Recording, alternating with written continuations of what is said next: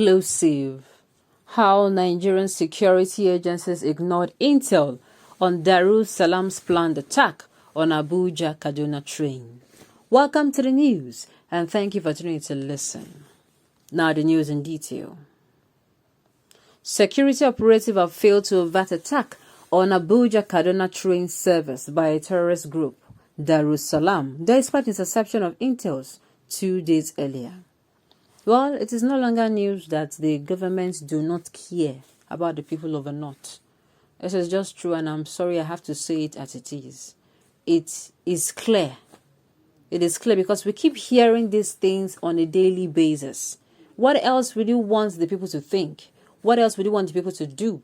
When it is obvious that you do not care for them. What you care is, immediately it happens, you see someone coming out to say, oh, we send our condolences. Meanwhile, security measures to avert these things are not done. They are not taken.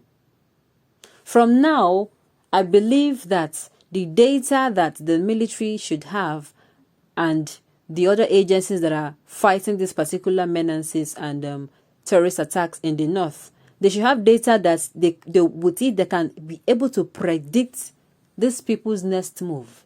But no, it is not like that. Instead, these people predict the military's move and make sure that they are cleared. Very sad. Daily Nigerian reports that the terrorists first attacked the train on Wednesday night and successfully immobilized it after struggling to move for 7 kilometers after the attack. The terrorists, according to inside sources, returned again on Thursday morning to plant explosive device on the rail track, but the train surmounted the hurdle to reach the terminus. According to a security report seen by Daily Nigerian, communication between the notorious bandit Bafa and his associate Bala were intercepted. The report dated October 19, 2021 and entitled Planned Attack on Train Around Kaduna State, said the terrorists were heard discussing about the planned attack by Darussalam terrorists in concert with 2 bandit kingpins, Dalami and Lawan. Bafa informed Bala that members of Darussalam Boko Haram, in collaboration with bandits led by Dalami and Lawan, are currently on their way to plant a bomb at a bridge on the railway in Rijana to hijack a moving train and kidnap the passengers. Bafa said he decided not to participate in the operation because it is risky, but believed that Dalami and Lawan will blow up the bridge, the report said. Daily Nigerian gathered the report was circulated across security agencies, but no proactive measures were taken to abort the attack. Spokesman for the Kaduna State Police Command, Mohammed Jalige, declined comment on this matter, saying the railway infrastructure and its security are under the command of a commissioner of police in charge of railways. When contacted, the commissioner of police in charge of railways, Oyederon Oyeyemi, referred Daily Nigerian inquiry to the first spokesman, Frank Mba. Mr. Mba neither picked our reporter's call nor responded to a message seeking police response on the security report. You can see how blames are being passed. Oh, it is you. It is this person responsible. It is not me. It is this person. Why would you hear of an attack or possible attack and you do nothing about it in the first place? Why? People in that train now, they're human beings.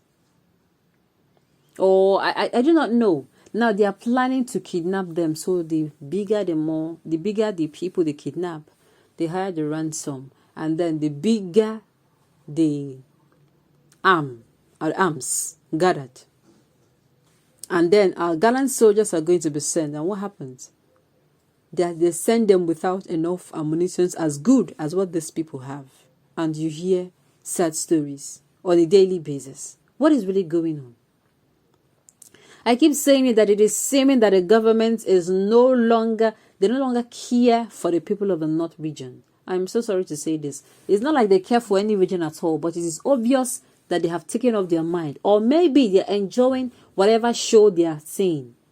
Maybe it's not like a Sparta show where people are killed to the pleasure of, their leaders watching. What is going on? It is so unfair. People in that region have suffered enough. The insecurity in that region has gone above the roof, and I tell you, enough is enough. The government should step in and really do something. Not just saying they will do something with their mouth, but doing something and making sure that this insecurity issue is done and dusted. They come and say they have spent more than $1 billion on this particular issue of insecurity. Yet we do not see the use of the money. We do not see how it has bettered or how it has improved the security. There is like a total failure in this insecurity issue.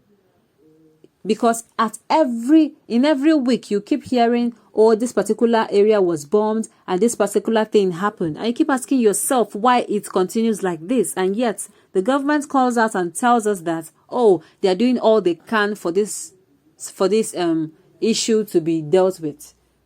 In fact, the government comes and they want to do something, they announce it first before they do. Is that the way you go about it? Even the army themselves, the military themselves, they want to do something and yes, they come out and announce it. Why not keep it to yourself? These said people, do you think they do not have eyes and ears on the ground? They listen to the news. I am telling you, it is supposed to be a case where the military should be able to calculate where the next attack will be and when it will be. But with the way things are going, it is now seeming like the terrorists themselves now know, they now have a timetable of how the military works. And it is not good. It is definitely not good. Because the Nigerian military are the ones that are supposed to be in possession of a map of how do we deal with these people, where and where are their hideouts and what have you. But what do we see today?